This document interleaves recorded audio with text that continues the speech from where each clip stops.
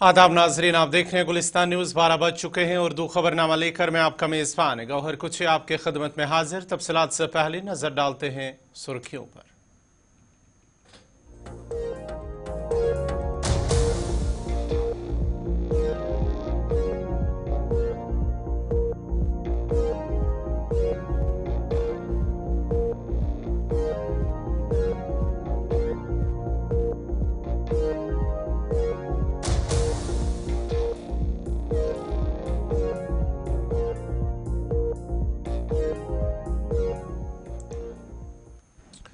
और अब पेश है खबरों की तफसील। सबसे पहले बड़ी खबर अखनूर से, जहां पर आज दूसरे दिन भी इलाके के अंदर सर्च ऑपरेशन जारी है। अखनूर के जोगाना बटल इलाके में सिक्योरिटी फोर्सेस की जानिब से इलाके में सर्च ऑपरेशन चलाया जा रहा है, जहां पर आज भी सर्च ऑपरेशन जारी है और आज दूसरे दिन भी इलाके में बड़े पैमाने पर सर्च ऑपरेशन जारी है। 3 से 4 मुश्तबे अफराद को देखे जाने के बाद इलाके में सर्च ऑपरेशन चलाया गया है। बटल का इलाका है, फोर्सेस की जानिब से सर्च ऑपरेशन चलाया जा रहा है। जंगलात की तलाशी बड़े पैमाने पर ली जा रही है। कल ये ऑपरेशन शुरू हुआ और आज दूसरे दिन भी इलाके के अंदर ये ऑपरेशन लगातार जारी है। फौज की जानिब से, पुलिस की जानिब से एसओजी इस ऑपरेशन का हिस्सा है। आपको बताते चले कि ये बटल का इलाका है, बटल का इलाका है जहां पर इलाके के अंदर सर्च ऑपरेशन चलाया जा रहा है। तो आपको बताते चले ये बटल का इलाका, अखनूर बटल का इलाका,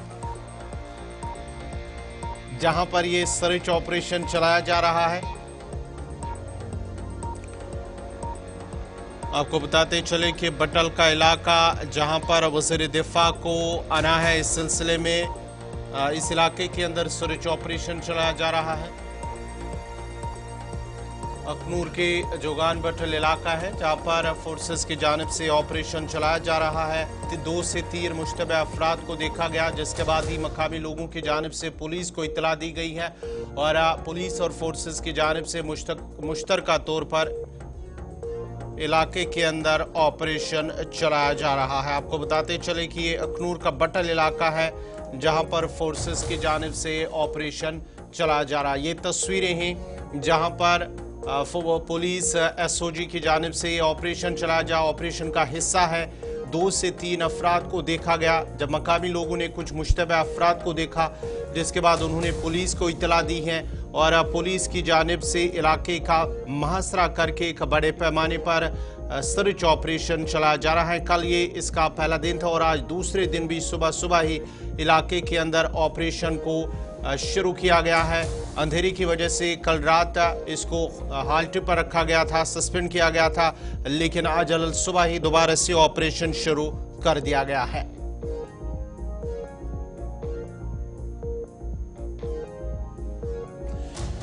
तफसीलात के लिए हमारे साथ इस वक्त शिल्पा जुड़ चुके हैं। शिल्पा, जरा अपडेट कीजिएगा, क्या कुछ तफसीलात हैं जहां पर बटल का इलाका आज दूसरा दिन है सर्च ऑपरेशन, क्या अभी तक क्या कुछ अपडेट्स हैं? जी बिल्कुल, देखिए जिस प्रकार से कल जो है वो स्थानीय लोगों के द्वारा संदिग्ध देखे गए, 3 से 4 जो है वो ये संदिग्ध देखे गए हैं और फिलहाल कल भी जो है वो एंटी टेरर ऑपरेशन देखने को मिला था और आज भी ये एंटी टेरर ऑपरेशन जो है वो जारी है और जो संदिग्ध देखे गए हैं फिलहाल उनकी कोई भी जानकारी नहीं है अभी तक। ये प्राप्त नहीं हो पाया है जानकारी की क्या वो संदिग्ध जो है यानी कि जो कल देखे गए थे अब वो कौन थे, क्या वो आतंकवादी थे या फिर कोई और थे, फिलहाल इसके रिलेटेड कोई भी जानकारी नहीं है। लेकिन अभी भी वहां पर जो है वो एंटी टेरर ऑपरेशन को जो है वहां पर लॉन्च किया गया है और अभी भी इस ऑपरेशन जो है वो जारी है। देखिए इसके साथ में एक और चीज यहाँ पर बताना चाहूंगी, 14 जनवरी की बात करें तो आप देखिए जम्मू के अखनूर इलाके में जो है वहां पर वेटरनरी डे बनाया जाएगा, जिसको लेकर जो रक्षा मंत्री है वो वहां पर पहुंचेंगे, राजनाथ सिंह, और धूमधाम से सेलिब्रेट किया जाएगा। लेकिन उससे पहले ही सुरक्षा व्यवस्था जो है वो इस समय काफी ज्यादा कड़ी कर दी है और इसे बिल्कुल भी सुरक्षा बलों ने जो है हल्के में नहीं लिया है। सिक्योरिटी को और भी ज्यादा टाइट कर दिया गया है क्योंकि अखनूर से बटल इलाके की अगर हम बात करें तो जो दूरी है वो 10 से 20 किलोमीटर की दूरी है, तो इसे बिल्कुल भी सुरक्षा बलों ने हल्के में नहीं लिया है और आज भी ऑपरेशन जारी है। अगर कोई इस प्रकार की यानी कि जो संदिग्ध वहां पर देखे गए हैं उन्हें ढूंढने का पूरी तरीके से समय जो है वो प्रयास किया जा रहा है, इलाके को पूरी तरीके से जो है वो इस समय खंगाला जा रहा है। शिल्पा, ये जो संदिग्ध लोगों को देखा गया है, क्या मकामी लोगों ने, ये जो लोकल्स हैं, उन्होंने उनको देखा है जिसके बाद ये सर्च ऑपरेशन चलाया गया और कितने संदिग्ध लोगों को देखा गया था? जी बिल्कुल देखिए, स्थानीय लोगों के द्वारा जो है ये संदिग्ध बटल इलाका, देखिए मैं पहले बता दूं कि बटल इलाका ये वो इलाका है जहां पर अक्टूबर के माह में जो है वो ऑपरेशन हुआ था। आतंकवादियों के द्वारा जो है वो सुरक्षा बलों की वाहन पर जो है वो गोलियां बरसाई गई थी। उसके बाद जी। ऑपरेशन हुआ, सक्सेसफुली ऑपरेशन रहा। 3 आतंकियों को जो है वो जैश ए मोहम्मद के 3 आतंकियों को ढेर कर दिया गया था। देखिए कल जिस प्रकार से स्थानीय लोगों के द्वारा ये संदिग्ध देखे गए, जो बताया जा रहा है कि 3 से 4 संदिग्ध वहां पर देखे गए हैं, तो किसी प्रकार की कोई भी यहाँ पर जो है वो लापरवाही नहीं बताई गई। तुरंत उस समय एंटी टेरर ऑपरेशन को जो है वो लॉन्च कर दिया गया। शाम के समय जो है वो इस बंद कर दिया गया था, लेकिन फिर सुबह सवेरे ही इस एंटी टेरर ऑपरेशन को जो है वहां पर देखने को मिल रहा है और इलाके को पूरी तरीके से समय जो है वो खंगाला जा रहा है। बहुत बहुत शुक्रिया पूरी तफसीलात फराम करने के लिए। शिल्पा शर्मा जम्मू से तफसीलात फराम कर रही थी। बटल का इलाका अखनूर का, जहां पर आज दूसरे दिन भी सर्च ऑपरेशन चलाया जा रहा है। वहां पर कुछ मुश्तबे अफराद को देखा गया था, जिसके बाद ही इलाके के अंदर सर्च ऑपरेशन चलाया जा रहा है।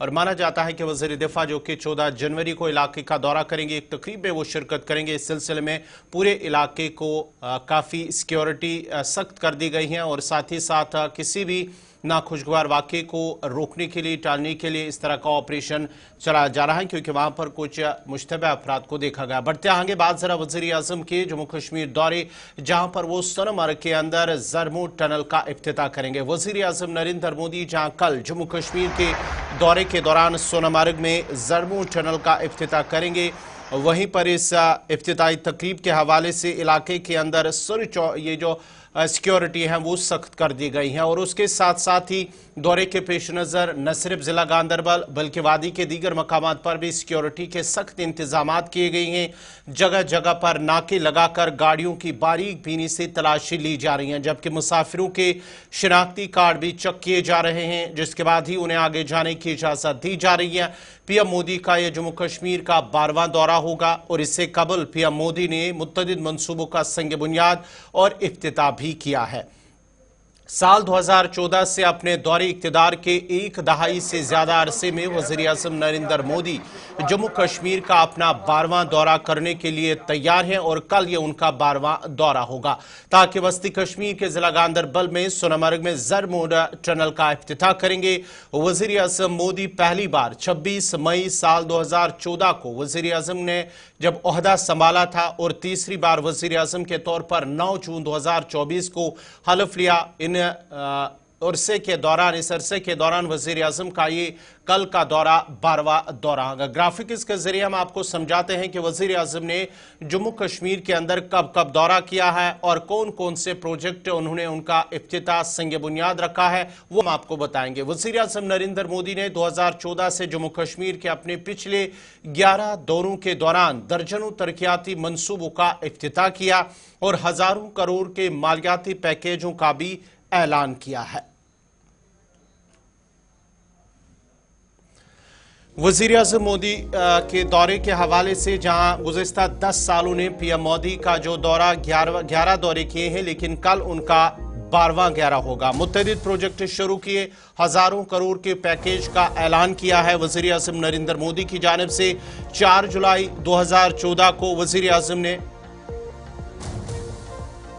4 जुलाई 2014 को वज़ीर आज़म ने उधमपुर कटरा रेलवे लाइन का इफ्तिताह किया है। ये 2014 जब उन्होंने पहली बार ओहदा संभाला वज़ीर आज़म का। उसके बाद सितंबर साल 2014 में तबाहकुन सैलाब जब जम्मू कश्मीर के अंदर आया है, तो वज़ीर आज़म ने नुकसान का जायजा लेने के लिए दौरा किया और तकरीबन बचाव और बहाली के लिए 1000 करोड़ रुपए के इमदादी पैकेज का ऐलान किया है वज़ीर आज़म नरेंद्र मोदी की जानिब से। उसके बाद ही 7 नवंबर साल 2015 को पीएम मोदी ने रामबन में Baglihar hydro electric project 450 megawatt के दूसरे मरहले का इफ्तिताह किया है। उसके बाद ही वज़ीर आज़म ने उधमपुर रामबन और नेशनल हाईवे के रामबन बानिहाल हिस्से की बुनियाद रखी, संग बुनियाद रखा है उस दौरे के दौरान।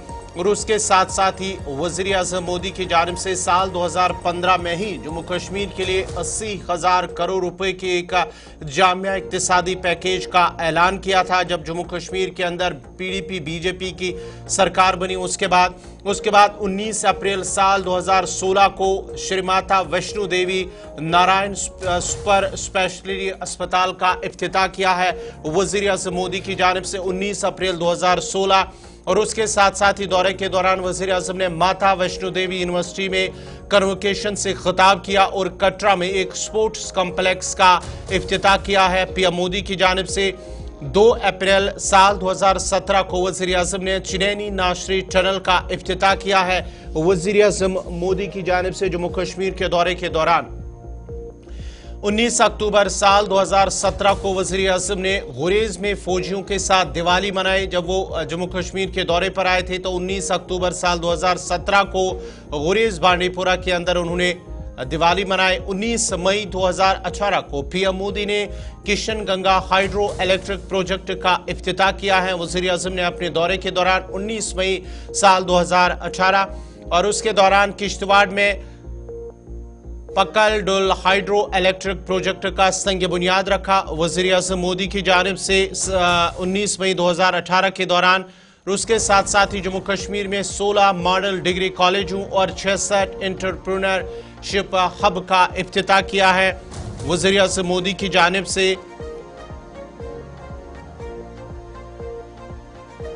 उसके साथ साथ ही वज़ीर-ए-आज़म मोदी ने 3 फरवरी साल 2019 को पीएम मोदी ने लद्दाख यूनिवर्सिटी का इफ्तिताह किया। लद्दाख दौरे पर आए और लद्दाख यूनिवर्सिटी का इफ्तिताह किया 3 फरवरी 2019 को और उसके साथ साथ ही जम्मू एम्स की बुनियाद रखी वज़ीर-ए-आज़म ने अपने दौरे के दौरान और श्रीनगर रिंग रोड प्रोजेक्ट को भी लॉन्च किया है पीएम मोदी की जानिब से। आपको बताते चले इसके बाद ही बांडीपुरा और गांदरबल में बीपीओज जो रूरल बीपीओज है उनका आगाज किया है वज़ीर-ए-आज़म मोदी की जानिब से जब वो जम्मू कश्मीर के दौरे पर आए थे। उसके बाद 20 जून 2023 को पीएम मोदी ने जम्मू कश्मीर का 2 रोज़ा दौरा किया और कई तरक्याती मंसूबों का इफ्तिताह और संग बुनियाद रखा। 20 जून 2023 को 19 सितंबर 2023 को एक इंतखाबी रैली के लिए श्रीनगर का दौरा किया वज़ीर-ए-आज़म नरेंद्र मोदी की जानिब से जम्मू कश्मीर के दौरे पर 19 सितंबर और 2019 में जम्मू कश्मीर की खुसूसी हैसियत की मनसूखी के बाद उनका ये पहला दौरा था जब वो वज़ीर-ए-आज़म आए 2019 में। और उसके बाद ही 20 फरवरी 2024 को 32,000 करोड़ रुपए से ज्यादा के प्रोजेक्ट शुरू किए गए हैं वज़ीर-ए-आज़म मोदी की जानिब से। और उसके बाद ही वज़ीर-ए-आज़म नरेंद्र मोदी ने जो आखिरी दौरा उनका 6 जनवरी साल 2025 यानी कि रवां चंद रोज कबल ही उन्होंने वर्चुअली तौर पर जम्मू रेलवे डिवीजन का इफ्तिताह किया है और अब कल उनका 12वां जम्मू कश्मीर दौरा होगा जहां पर ज़रमोर टनल का वो बाज़ाब्ता तौर पर इफ्तिताह करेंगे।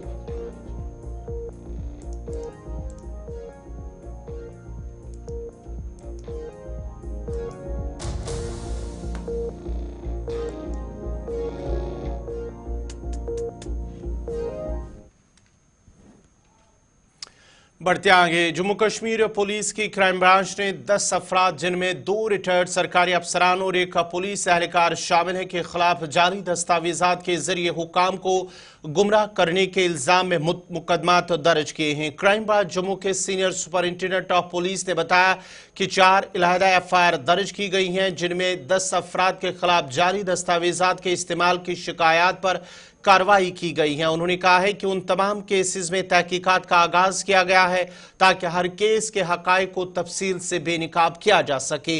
अफसरान के मुताबिक एफआईआर में साबिक डिप्टी इंस्पेक्टर महकमा फिशरीज, रिटायर्ड फॉरेस्टर और पुलिस हेड कांस्टेबल के नाम शामिल है। उन पर इल्जाम है कि उन्होंने जाली दस्तावेजात का सहारा लेकर सरकारी मुलाजमतें और तरक्याती फवाइद हासिल किए हैं। महकमा फिशरीज में मुलाजमत हासिल करने के लिए जाली 8वीं जमात का स्कूल छोड़ने का सर्टिफिकेट इस्तेमाल करने पर कठुआ के रिहायशी मोहम्मद फरीद के खिलाफ मुकदमा दर्ज किया गया है, जबकि अखनूर के रिहायशी परवीन कुमार को जाली ग्रेजुएशन सर्टिफिकेट इस्तेमाल करके डिप्टी फॉरेस्टर के तौर पर तरक्की हासिल करने पर नामजद किया गया है। इसी तरह राजौरी के रिहायशी हेड कांस्टेबल मोहम्मद मुंशी के खिलाफ जाली तालीमी सर्टिफिकेट के जरिए जम्मू कश्मीर पुलिस में मुलाजमत हासिल करने पर मुकदमा दर्ज किया गया है।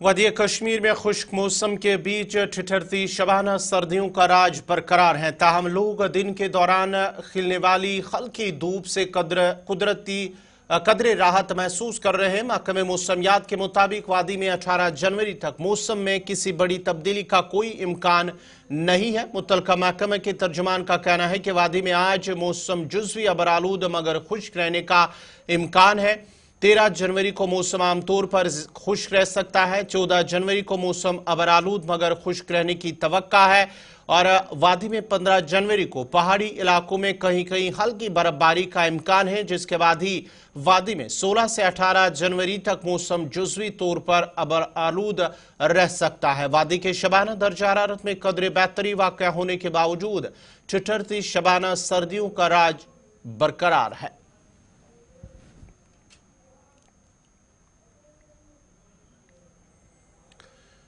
जनूबी जिला पुलवामा के मुतअद्दिद इलाकों जिनमें संगरवनी, इंदरवाल, अचगोजा और अबहमा में पीने के साफ पानी की कमी की वजह से लोगों को मुश्किलात का सामना करना पड़ रहा है। इन इलाके के लोगों का कहना है कि इंदरवाल पुलवामा में रोमशी नाला, जो कि इन इलाकों का बुनियादी जरिया है पानी फराहम करने का पानी बडगाम इलाकों की तरफ मोड़ दिया गया है, जो कि मकामी लोगों के मुताबिक दो अजला के दरमियान पानी के माहदे की खिलाफ वर्जी है। मकामी लोगों के मुताबिक एक माहदा है, सिर्फ 10% पानी बडगाम को दिया जाए, लेकिन हुक्काम ने 90% पानी को इस जिला की तरफ मोड़ दिया है, जिसकी वजह से पुलवामा के तकरीबन 20 गांवों को पीने के पानी की शदीद किल्लत का सामना है। मकामी लोगों ने डिप्टी कमिश्नर पुलवामा से मुदाखलत की अपील की है।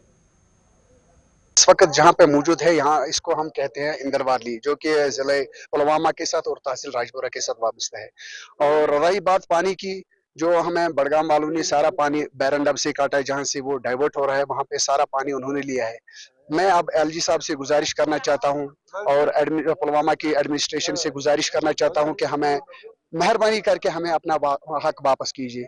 मैं ये नहीं कहूंगा कि आप बडगाम वालों को पानी मत दीजिए, हाँ, जो उनका हक बनता है उनको दीजिए, वो भी इंसान है। लेकिन मैं ये कहता हूं कि जो हमारा हक था, उन्होंने सारा पानी डाइवर्ट करके अपनी ओर लिया है। मैं इसलिए एलजी एडमिनिस्ट्रेशन से, एलजी साहब से, डीसी साहब पुलवामा से गुजारिश करता हूं कि मेहरबानी कीजिए, हमारे साथ इंसाफ कीजिए। तकरीबन 70 गांव है जो इस वक्त पानी के लिए सफर कर रहे हैं। हमारा एग्जन जो है वो पिछली बार यहाँ आया तो उसने अपनी मनमानी दिखाते हुए सर हमें यहाँ से ऊपर जाने नहीं दिया, बोला हम खुद फैसला करेंगे। उसने वहाँ 70 और 30 किया, जो कि हमारा असली माहिदा जो था बडगाम वालों के साथ वो 10:1 था, यानी कि 10% पानी जो है बडगाम को सैराब के लिए सिर्फ 3 मंथ्स, जून, जुलाई और अगस्त। लेकिन बदकिस्मती से उन्होंने हमारा जो है सारा पानी 90% पानी हमारा वहां पे ले लिया है। और आज हमारा जितना ये डिस्ट्रिक्ट पुलवामा के 130 विलेजेस हैं जो इस पानी पे अपना गुजर बसर करते थे, तो वो बड़ी मुश्किलात में है। बदकिस्मती है कि पहले मैं क्लियरली बताऊं कि ये इनएफिशिएंसी है जो हमारी इलेक्टेड भी सरकार है। यहाँ पे जो लोकल रिसोर्स है, इसका हक बनता है पुलवामा की आवाम को। अब अगर ह्यूमैनिटेरियन ग्राउंड्स पे कुछ एग्रीमेंट हुआ है जिसपे लोग मुत्तफिक राय से बनाए कि 10% पानी उन्हें दिया या 20% भी दे, 80% का लोकल जो रेजिडेंट्स हैं इनका हक बनता है। लेकिन बदकिस्मती से लोगों में लग रहा है कि हरासमेंट हो रहा है, एडमिनिस्ट्रेशन से, जिला एडमिनिस्ट्रेशन से भी हरासमेंट हो रहा है, जिस वजह से हमें भी अपने एलजी साहब से मैं मौदिबाना गुजारिश करना तो इस चीज को बारीकी से देखिए। अगर लोकल रिसोर्स है, इस पे हक बनता है यहाँ के लोग जो है, इन्हीं को पहले होना चाहिए प्रायोरिटी पे, और जो एग्रीमेंट हुआ है उस हिसाब से चले। जो एक्शन साहिब है दोनों डिस्ट्रिक्ट्स के, वो बैठे और जो जिस माहदे पे दोनों मतलब ऐसा नहीं है कि मनमानी हो, और जो सियासी इनएफिशिएंसी पर जो दे रहे। जनूबी कस्बा त्राल के बस स्टैंड की हालत दिन ब दिन खस्ता हो रही है, जिससे इलाके के लोगों को सख्त मुश्किलात का सामना करना पड़ रहा है। मकामी लोगों के मुताबिक जब से बस स्टैंड वजूद में आया तब से इसकी तजदीद मरम्मत नहीं की गई है। उन्होंने कहा कि अब मौसम गर्मा में दिन भर धूल उड़ती रहती है और बारिश में यहाँ सैलाबी सूरत हाल पैदा हो जाती है, जिससे लोगों के साथ साथ गाड़ियों का चलना भी मुश्किल हो जाता है। लोगों का कहना है कि अगरचे कई बार मुतलका हुकाम की नोटिस में भी लाया गया, लेकिन अभी तक इस बस अड्डे की मरम्मत नहीं हो पाई है। जो ये मैं देख रहा हूँ कि इस अड्डे की हालत आप खुद देख सकते हैं कि ना ही इसको कभी मैग्डमाइज हुआ है, ना ही इसकी कोई मतलब अपग्रेडेशन हुई है।